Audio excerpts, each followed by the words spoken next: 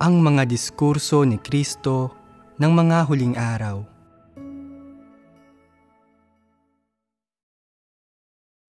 Ang pagpasok sa buhay ay nagsisimula sa pagganap ng tungkulin.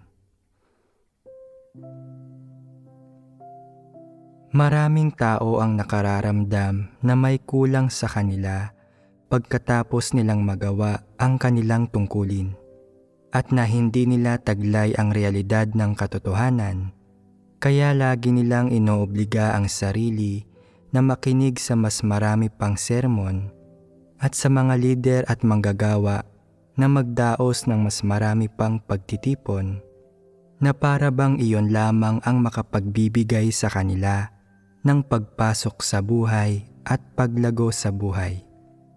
Kapag ilang araw silang hindi nakadalo sa isang pagtitipon o sermon, pakiramdam nila ay hungkag at mapanglaw ang puso nila, na parang wala silang silbi. Sa puso nila, para bang ang araw-araw na mga pagtitipon at mga sermon lamang ang magbibigay sa kanila ng pagpasok sa buhay o magbibigay sa kanila ng kakayahan na lumago sa espiritual na gulang. Ang totoo, maling-mali ang ganitong uri ng pag-iisip. Ang mga nananalig at sumusunod sa Diyos ay dapat gawin ang kanilang tungkulin. Saka lamang sila magkakamit ng karanasan sa buhay.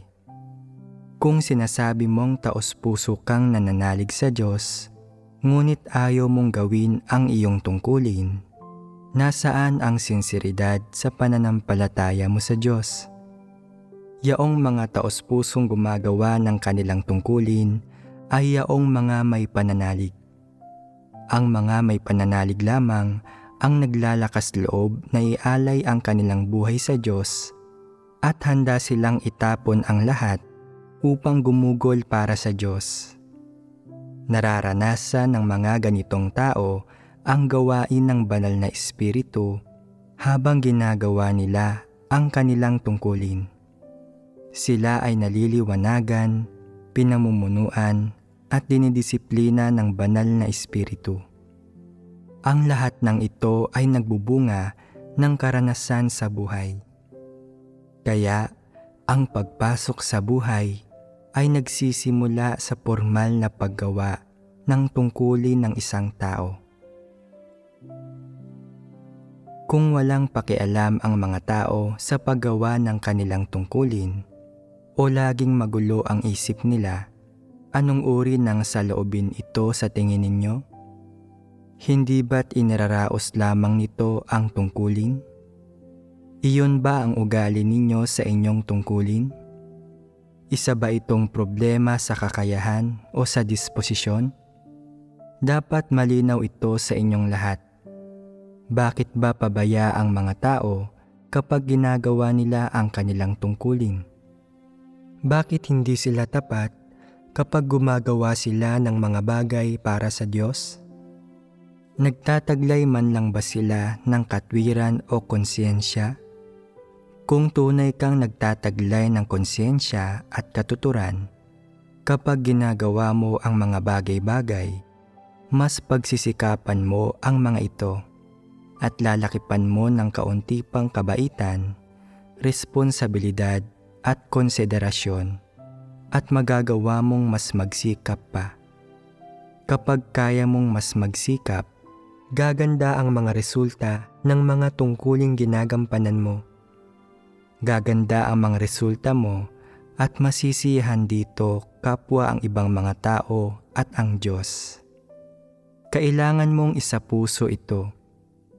Hindi maaaring lumipad ang isip mo na parang nagtatrabaho ka sa sekular na mundo at kumikita lang ng pera batay sa oras na ginugugol mo. Kung ganoon ang ugali mo, mapapahamak ka. Hindi mo magagampanan ng maayos ang tungkulin mo. Anong uri ng pagkatao ito? May pagkatao ba ang mga taong walang konsensya? Wala. Kung sinasabi mong mayroon kang pagkatao at nais mong isagawa ang katotohanan at gampanan ng maayos ang iyong tungkulin, dapat kang mas magsikap sa tungkulin mo at mas isapuso mo ito. Sinasabi mong mayroon kang konsensya pero hindi mo kailanman isinasapuso ang iyong tungkulin. Gumagana ba ang iyong konsensya? Dapat mayroon kang mabuting layunin. Dapat madalas ninyong pag-isipan ang mga bagay na ito. Dapat maunawaan ninyo ang lahat ng ito. Mahigpit na ipinagbabawal ang basta lamang iraos ang tungkulin. Kung palagi mong iniraraos lang ang iyong tungkulin, hindi mo magagampanan ang tungkulin mo ng pasok sa pamantayan. Kung gusto mong gampanan ang tungkulin mo ng may katapatan, dapat mo munang ayusin ang problema mo na iniraraos lang ang tungkulin. Dapat kang gumawa ng mga hakbang para itama ang sitwasyon sa sandaling mapansin mo ito. Kung magulo ang isip mo, hindi kailanman nakakapansin sa mga problema, palaging iniraraos lang ang gawain, at pabasta-basta lang na ginagawa ang mga bagay-bagay, imposibleng magagawa mo ng maayos ang iyong tungkulin. Kaya, dapat palagi mong isapuso ang tungkulin mo. Napakahirap dumating ng pagkakataong ito sa mga tao. Kapag binibigyan sila ng Diyos ng pagkakataon, ngunit hindi nila ito sinusunggaban, nawawala ang pagkakataong iyon, at kahit nasa kalaunan, naisin nilang makahanap ng ganoong pagkakataon, maaaring hindi na iyon muling dumating. Ang gawain ng Diyos ay hindi naghihintay sa sinuman, at hindi rin naghihintay sa sinuman ang mga pagkakataon para gawin ang tungkulin ng isang tao. Sinasabi ng ilang tao, hindi ko ginampanan ng maayos ang tungkulin ko dati, ngunit ngayon ay nais ko pa rin itong gampanan. Dapat subukan ko na lang muli. Kahanga-hangang magkaroon ng ganitong kapasyahan, pero dapat maging malinaw sa iyo kung paano gampanan ng maayos ang iyong tungkulin, at dapat kang magsikap tungo sa katotohanan. Tanging ang mga nakakaunawa sa katotohanan ang makagagampan ng maayos sa kanilang tungkulin. Ang mga hindi nakakaunawa sa katotohanan ay hindi kwalipikado kahit magserbisyo man lang. Kapag mas malinaw sa iyo ang katotohanan, mas nagiging epektibo ka sa iyong tungkulin.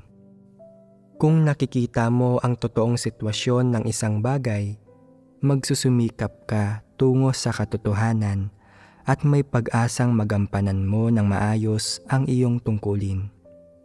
Kakaunti ang mga oportunidad sa ngayon para gumanap sa isang tungkulin, kaya dapat mong sunggaban ang mga iyon kung kaya mo.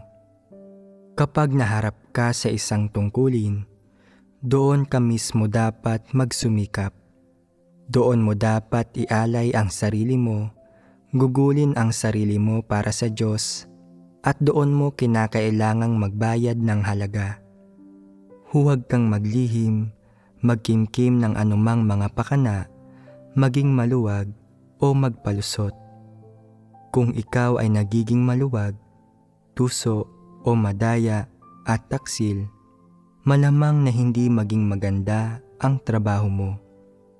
Ipagpalagay na sabihin mong, walang nakakita na nandaya ako.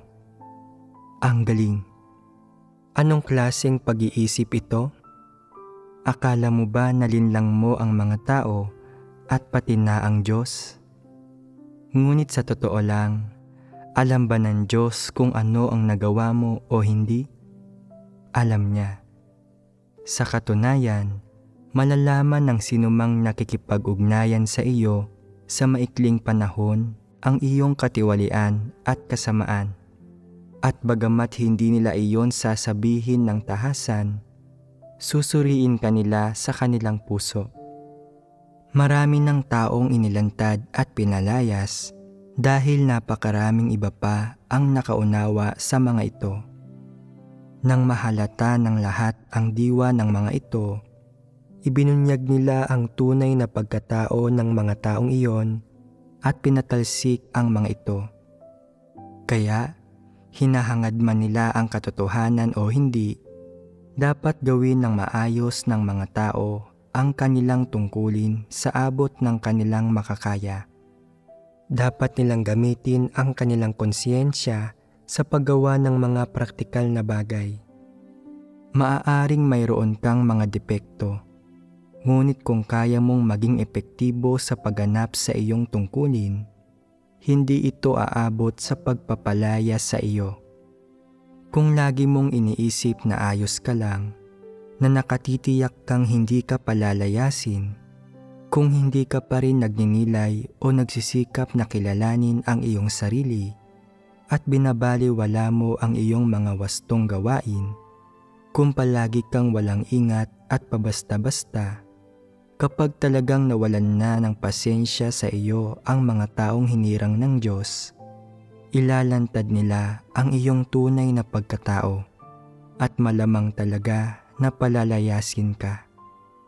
Iyon ay dahil nahalata ka na ng lahat at nawalan ka na ng dangal at integridad. Kung walang nagtitiwala sa iyo, maaari ka bang pagtiwalaan ng Diyos? Tumitingin ang Diyos sa kaibuturan ng puso ng tao. Talagang hindi niya mapagkakatiwalaan ang gayong tao. Kung hindi mapagkakatiwalaan ang isang tao, kahit ano ang mangyari, huwag ipagkatiwala sa kanya ang isang gampanin. Kung hindi mo kilala ang isang tao o narinig mo lang ang sabi ng ibang tao na magaling naman ang taong ito sa kanyang ginagawa, pero sa puso mo ay hindi ka 100% sigurado, ang magagawa mo lang ay bigyan muna siya ng maliit na gampanin. Isang gampaning hindi mahalaga. Kung maayos siyang gumagawa sa ilang maliit na gampanin, maaari mo na siyang bigyan ng karaniwang gampanin. At kapag matagumpay siya sa gampaning iyon, ay saka mo lang siya dapat bigyan ng isang mahalagang gampanin. Kung pumalpak siya sa karaniwang gampanin, hindi maaasahan ang taong ito. Malaki o maliit man ang isang gampanin, hindi ito maaaring ipagkatiwala sa kanya. Kapag may napansin kang isang taong mabait at responsable, hindi kailanman iniraos lang ang tungkulin. Tinatrato niya ang mga gawaing ipinagkatiwala ng iba sa kanya bilang sarili niyang gawain. Isinasaalang-alang ang bawat aspeto ng gampanin. Iniisip ang mga pangangailangan mo. Kinokonsidera ang bawat anggulo, mabusisi at pinangangasiwaan niya ng tama ang mga bagay-bagay, kaya lubos kang nasisiyahan sa kanyang gawain. Ang ganitong uri ng tao ang mapagkakatiwalaan. Ang mga taong mapagkakatiwalaan ay mga taong may pagkatao, at ang mga taong may pagkatao ay nagtataglay ng konsyensya at katinuan. At tiyak na napakadali para sa kanila ang gampanan ng maayos ang kanilang tungkulin. Dahil itinuturing nila ang kanilang tungkulin bilang kanilang obligasyon. Ang mga taong walang konsyensya o katinuan ay malamang na hindi gagampanan ng maayos ang kanilang tungkulin. At wala silang pagpapahalaga sa responsibilidad sa kanilang tungkulin, kahit ano pa ito. Kailangan ay lagi silang inaalala ng iba, pinangangasiwaan sila, at kinukumusta ang kanilang pag-usad. Kung hindi, maaaring magulo ang mga bagay-bagay habang ginagampanan nila ang kanilang tungkulin. At maaaring may mangyaring mali habang ginagawa nila ang isang gampanin na mas makagugulo kaysa makatutulong. Sa madaling salita, kailangang palaging pagnilayan ng mga tao ang kanilang sarili kapag ginagampanan ang kanilang mga tungkulin. Maayos ko bang natupad ang tungkuling ito? Isinapuso ko ba ito? O iniraos ko lamang ito? Kung palagi kang walang ingat at pabasta-basta, nasa panganib ka. Nangangahulugan itong wala ka man lang kredibilidad at hindi ka mapagkakatiwalaan ng mga tao.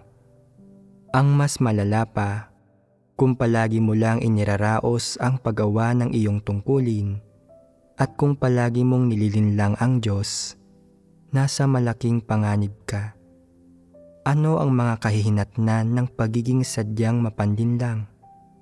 Nakikita ng lahat na sinasadya mong lumabag, na namumuhay ka ng ayon sa walang iba kundi sa sarili mong tiwaling disposisyon, na ikaw ay walang iba kundi walang ingat at pabasta-basta, na hindi mo talaga isinasagawa ang katotohanan, na ang ibig sabihin ay wala kang pagkatao. Kung namamalas ito sa iyo hanggang sa huli, kung iniiwasan mo ang malalaking pagkakamali pero hindi tinitigilan ang maliliit at hindi nagsisisi mula sa simula hanggang sa huli, kung gayon ay isa ka sa masasama, isang walang pananampalataya at dapat na paalisin. Ang mga ganitong kinahihinatnan ay kasuklam-suklam. Ganap kang mabubunyag at mapapalayas bilang isang walang pananampalataya at masamang tao. Anumang tungkuling iyong tinutupad ay kinapapalooban ng pagpasok sa buhay. Kung medyo palagian man o pabago-bago ang iyong tungkulin, nakakabagot man o masigla, dapat mong maabot palagi ang pagpasok sa buhay. Ang mga tungkuling ginagampanan ng ilang tao ay medyo nakakabagot. Pare-pareho lang ang ginagawa nila araw-araw. Gayunpaman, kapag ginagampanan ang mga ito, ang mga katayuang inihahayag ng mga taong ito ay hindi gayong magkahalintulad. Kung minsan, kapag maganda ang lagay ng loob nila, mas masipag ang mga tao at mas maganda ang kinalalabasan ng ginawa nila. Kung minsan naman, dahil sa hindi malamang impluwensya, naguudyok ng kalokohan sa kanilang kalooban ang kanilang mga tiwali at malasatanas na disposisyon na nagiging dahilan para magkaroon sila ng diwastong mga pananaw at sumasama ang kanilang kalagayan at lagay ng loob. Dahil dito ay paimbabaw ang pagganap nila sa kanilang tungkulin. Ang mga panloob na kalagayan ng mga tao ay palaging nagbabago. Maaaring magbago ang mga ito sa anumang lugar at anumang oras. Kung paano man nagbabago ang iyong kalagayan, palaging maling kumilos batay sa iyong pakiramdam. Sabihin ng mas maganda ang trabaho mo kapag maganda ang lagay ng loob mo, at medyo masama kapag masama ang lagay ng loob mo. Ito ba ay maprinsipyong paraan ng paggawa ng mga bagay-bagay? Tutulutan ka ba nito na gampanan ang iyong tungkulin sa isang katanggap-tanggap na pamantayan? Anuman ang lagay ng loob nila, dapat alam ng mga tao na manalangin sa harap ng Diyos at hanapin ang katotohanan. Sa ganitong paraan lamang sila makakaiwas na makontrol at matangay ng paroot-parito ng kanilang mga pakiramdam. Kapag tinutupad ang iyong tungkulin, dapat mong suriin palagi ang iyong sarili upang makita kung ginagawa mo ang mga bagay-bagay ayon sa prinsipyo. Kung ang pagganap mo sa iyong tungkulin ay abot sa pamantayan. Kung ginagawa mo lamang ang mga iyon ng paimbabaw o hindi. Kung nasubukan mo nang iwasan ang iyong mga responsibilidad at kung may anumang mga problema sa iyong pag-uugali at sa paraan ng iyong pag-iisip. Sa sandaling nakapagnilay-nilay ka na at naging malinaw sa iyo ang mga bagay na ito, magiging mas madali ang pagtupad mo sa iyong tungkulin. Anuman ang maranasan mo habang ginagampanan mo ang iyong tungkulin, pagiging negatibo at mahina o pagkakaroon ng masamang lagay ng loob matapos kang maiwasto, dapat mo itong tratuhin ng maayos at kailangan mo ring hanapin ang katotohanan at unawain ang kalooban ng Diyos. Sa paggawa ng mga bagay na ito, magkakaroon ka ng isang landas sa pagsasagawa. Kung nais mong maging maganda ang iyong trabaho sa pagtupad sa iyong tungkulin, kailangan ay huwag kang paapekto sa lagay ng loob mo. Gaano man kanegatibo o kahina ang iyong nararamdaman, dapat mong isagawa ang katotohanan sa lahat ng iyong ginagawa nang may ganap na kahigpitan at pagsunod sa mga prinsipyo. Kung gagawin mo ito, hindi ka lamang sasang-ayunan ng ibang tao, kundi magugustuhan ka rin ng Diyos. Sa gayon, ikaw ay magiging isang taong responsable at bumabalikat ng pasanin.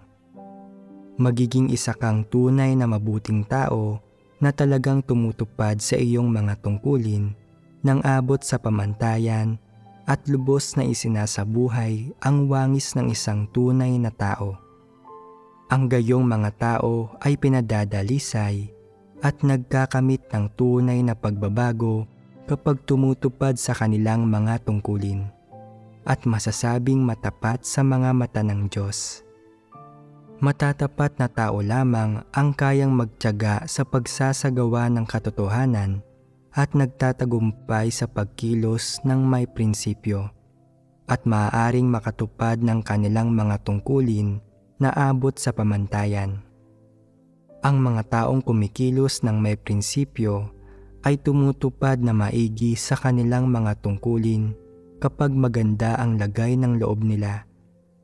Hindi sila nagtatrabaho lamang ng pabasta-basta, hindi sila mayabang at hindi nagpapasikat para tumaas ang tingin sa kanila ng iba. Kapag masama ang lagay ng loob nila, nagagawa nilang tapusin ang kanilang pang-araw-araw na mga gawain ng gayon din kasigasig at karesponsable. At kahit nagdaranas sila ng isang bagay na nakakasama sa pagtupad ng kanilang mga tungkulin o na medyo gumigipit sa kanila o gumagambala sa kanila habang ginagawa nila ang kanilang mga tungkulin, nagagawa pa rin nilang manahimik sa harap ng Diyos at manalangin na sinasabing, "Gaano man kalaki ang problema ko, kahit bumagsak pa ang kalangitan, basta't ako ay buhay, determinado akong gawin ang lahat para tuparin ko ang aking tungkulin. Bawat araw na nabubuhay ako ay isang araw na dapat kong gampanan ng maayos ang aking tungkulin. Nang sa gayon, ako ay karapat-dapat sa tungkuling ito na ipinagkaloob sa akin ng Diyos. Gayon din sa hiningang ito na ipinasok niya sa aking katawan. Gaano man ako nahihirapan, isasantabi ko ang lahat ng iyon, sapagkat ang pagtupad sa aking tungkulin ang pinakamahalaga. Yaong mga hindi apektado ng sinumang tao, anumang kaganapan, bagay o kapaligiran na hindi napipigilan ng anumang pakiramdam o sitwasyon sa labas at inuuna sa lahat ang kanilang mga tungkulin at tatas na naipagkatiwala sa kanila ng Diyos. Sila ang mga taong matapat sa Diyos at tunay na nagpapasakop sa Kanya. Ang ganitong mga tao ay nakamtan na ang pagpasok sa buhay at nakapasok na sa realidad ng katotohanan. Ito ay isa sa pinakatotoo at pinakapraktikal na mga pagpapahayag ng pagsasabuhay ng katotohanan. Magiging panatag ba ang isang tao sa pamumuhay ng ganito? Kailangan mo bang mag-alala kung ano ang tingin sa iyo ng Diyos? Sabihin ninyo, paano ninyo kailangang kumilos para maging panatag? Huwag hayaang mapigilan ka ng sinumang tao, pangyayari o bagay, at unahin mo ang iyong tungkulin. Ito ang tanging paraan para maiwasan mong madismaya ang Diyos. Tama. Ito ang sikreto sa pagiging panatag. Natutunan na ba ninyong lahat ang sikretong ito? Kung may masamang ugali ang isang tao kapag nakikipag-usap sa iyo at tinatangka niyang isantabi ka o sinasadyang hanapan ka ng mali, hindi ka matutuwa na para bang may isang kutsilyo na pinilipit sa loob mo. Hindi mo na gugustuhin kumain at maaapektuhan ang pagtulog mo. Ano't anuman, hindi magiging maganda ang lagay ng loob mo at masasaktan ang puso mo.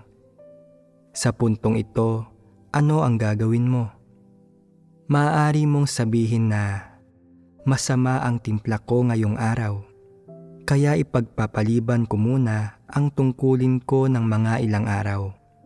O gagawin ko pa rin ang tungkulin ko, pero ayos lang kung hindi ko masyadong sisipagan o iraraos ko lang ito. Lahat ay may mga panahong hindi nila nakukuha ang gusto nila. Kaya kung hindi maganda ang lagay ng loob ko, hindi ako labis na aasahan ng Diyos, hindi ba? Ipagpapaliban ko na lang saglit ang tungkulin ko ngayong araw. Ayos lang iyon, huhusayan ko na lang bukas. Ginagawa ng Diyos ang kanyang gawain sa loob ng 6,000 taon. Kaya talaga bang mahalaga pa sa kanya kung ipagpapaliban ko ito ng isang araw? Anong klase ng tao ang hinahayaan ang maliliit na bagay na makaapekto sa kanyang lagay ng loob at pagkatapos ay hinahayaan itong makaapekto sa kanyang tungkulin? Hindi ba't parang bata at hindi ka nais-nais na pag-uugali ito? Kapag nangyayari sa kanila ang anumang bagay, naiinis sila, lubos na hindi makatwiran, hindi gumagawa ng kanilang tungkulin, walang kapasyahan at nakakalimutan ang kanilang mga panata. Anong klaseng problema ito? Hindi ba ito problema ng kawalan ng pagpipigil sa sarili? Maaaring may ilang tao na hindi karaniwang kumikilos ng ganito. Pero kapag masama ang lagay ng loob nila, sumusuko sila sa kanilang mga responsibilidad. Masyadong madalas nangyayari ang mga ganitong bagay. May ilang tao na kapag hindi maganda ang lagay ng loob nila, naaapektuhan sila ng panlabas na impluwensya. Kaya wala silang sigla habang ginagawa ang kanilang tungkulin at hindi nila natututukan ang kanilang ginagawa. Ano ang dapat gawin kapag nangyayari ito? Hindi ba't kailangang lutasin ang mga problemang ito? Sinasabi ng ilang tao na hindi malulutas ang mga ito. Hindi magtatagal ay ayaw ko pa rin gawin ito at hahayaan ko na lang kung ano ang mangyayari. Ano't anuman, masama ang lagay ng loob ko at ayaw kong may kumausap sa akin. Hayaan na lang ninyo akong maging malungkot saglit. Bagamat nandito pa rin sila, ginagawa ang kanilang tungkulin, naririto lamang ang katawan nila, hindi ang isipan. Hindi tiyak kung saan napunta ang kanilang mga puso. Hindi sila responsable sa kanilang tungkulin, hindi sila nagsisikap at mahina sila. Gayunpaman, kapag bumuti ang lagay ng loob nila, nagsisimula silang maging masigasig muli. Kaya nilang muling magtiis ng hirap at dumanas ng pagod. At hindi nila masyadong pinapansin kung ano ang kanilang kinakain. Hindi ba't medyo abnormal ang lahat ng ito? Bakit ba naiimpluwensyahan ang mga tao ng napakaraming iba't ibang damdamin at sitwasyon? Hinanap ba ninyo kahit minsan ang dahilan? Hindi ba't madalas kayong nababahala sa mga bagay na ito? Hindi ba madalas kayong naiipit sa mga kalagayang ito? Hindi ba't ito ang problemang kinakaharap ninyong lahat? Kung hindi malulutas ang mga problemang ito, hindi kailanman magmamature ang mga tao. Palagi silang magiging mga bata. Halimbawa, kapag may sinabi ang isang tao nang hindi iniisip ang mararamdaman mo, isang bagay na bahagyang tumutukoy sa iyo, o kapag nagpahaging siya tungkol sa iyo, medyo hindi ka magiging komportable. Kapag kinausap mo ang isang tao at hindi kanya pinansin, o hindi maganda ang ekspresyon sa kanyang mukha, hindi ka magiging komportable. Kapag may araw na hindi umaayon sa gusto mo ang iyong tungkulin, hindi ka magiging komportable. Kapag binangungot ka na tila isang masamang pangitain, hindi ka magiging komportable. Kapag nakarinig ka ng masamang balita tungkol sa pamilya mo, hindi ka magiging komportable. Sasama ang lagay ng loob mo at hindi mo mapapasigla ang sarili mo. Kapag may nakita kang ibang taong gumagawa ng maayos sa kanilang tungkulin at nakatatanggap ng papuri at itinaas ang ranggo nila sa pagiging leader, hindi ka rin magiging komportable rito at maaapektuhan nito ang lagay ng loob mo. Ang lahat ng bagay na ito na maaaring makaimpluwensya sa iyo, malaki man o maliit, ay maaaring magkulong sa iyo sa pagka-negatibo, magsanhi sa iyo ng lumbay at makaapekto sa abilidad mong gumawa ng iyong tungkulin. Ano ang problema ng mga taong ganito ang pag-uugali? Hindi matatag ang kanilang mga disposisyon. Ang hindi matatag na disposisyon ay isang aspeto nito. Ang pagkatao nila ay kulang pa sa gulang at parang bata, at wala silang kabatiran. Tungkol sa kanilang pagpasok sa buhay, palagi nilang dinaranas ang mga pagpigil ng lahat ng uri ng tao, pangyayari, at bagay, kaya hindi madali para sa kanila na isagawa ang katotohanan. Kung hindi nila maisasagawa ang katotohanan, hindi sila makakapasok sa realidad ng katotohanan. At kung hindi sila makakapasok sa realidad ng katotohanan, hindi sila magkakaroon ng pagpasok sa buhay. Hindi ba't ganoon iyon? Ano ang dahilan kung bakit sila napipigilan ng mga tao, pangyayari at bagay? Ito ay dahil hindi nila nauunawaan ang katotohanan. Dahil hindi nila matukoy kung ano ang totoo at kung ano ang huwad.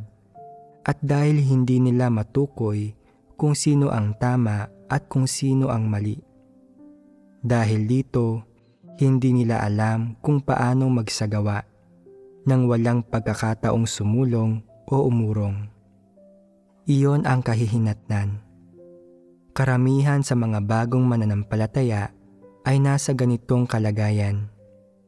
Kapag nauunawaan nila ang katotohanan, nakikita ng malinaw ang mga bagay-bagay at napag-iiba ang mga tao, natural na kusang malulutas ang problemang ito.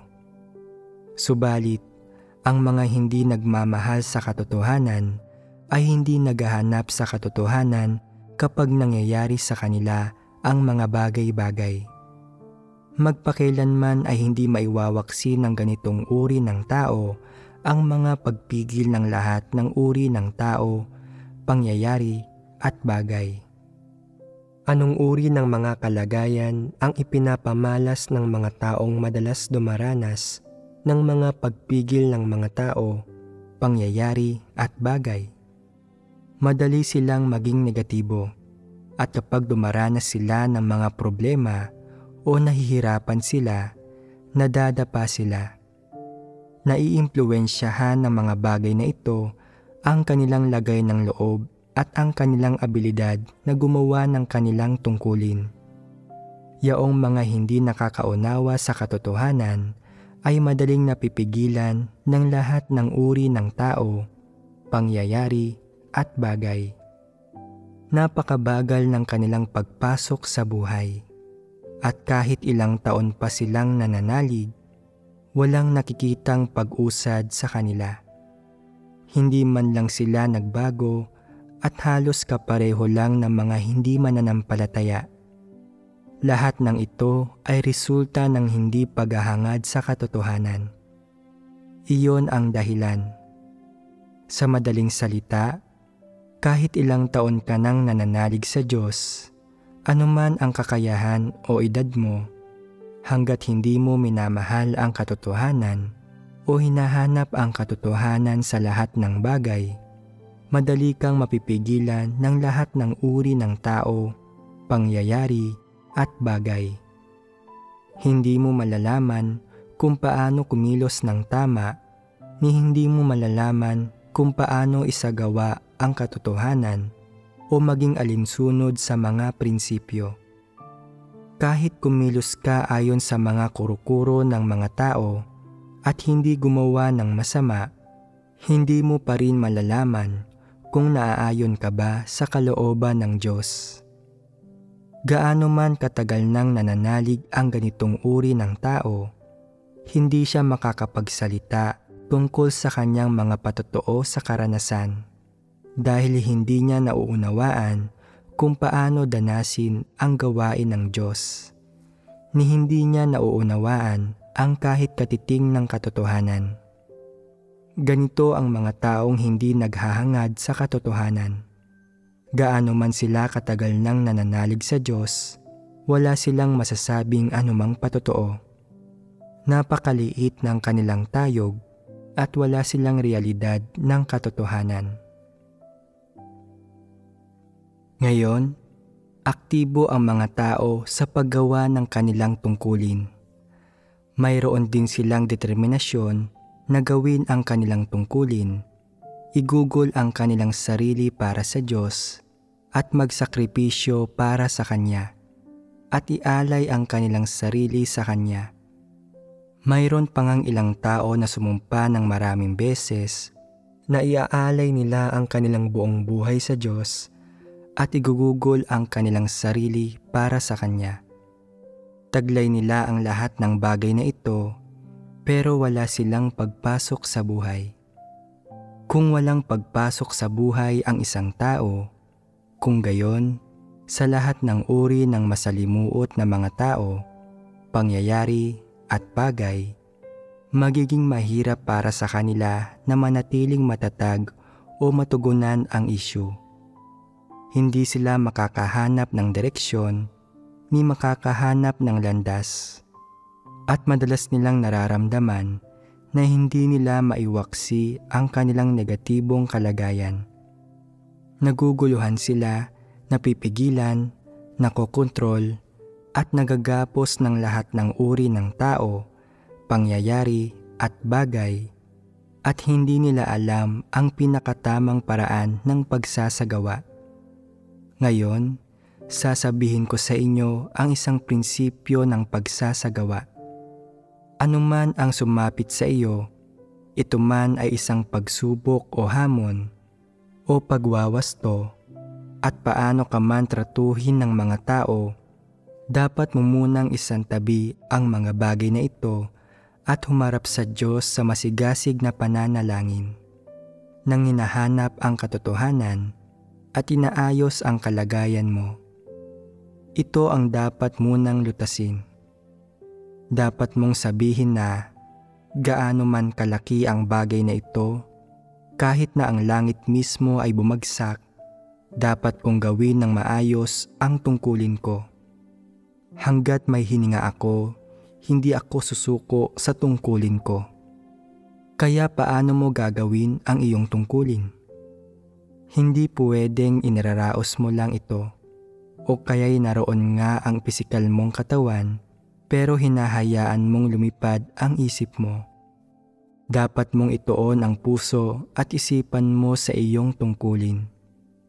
Gaano man kabigat ang mga bagay na sumasapit sa iyo, dapat mo munang isantabi ang mga ito at humarap sa Diyos para hangarin kung paano gawin ng maayos ang iyong tungkulin para mapalugod nito ang Diyos.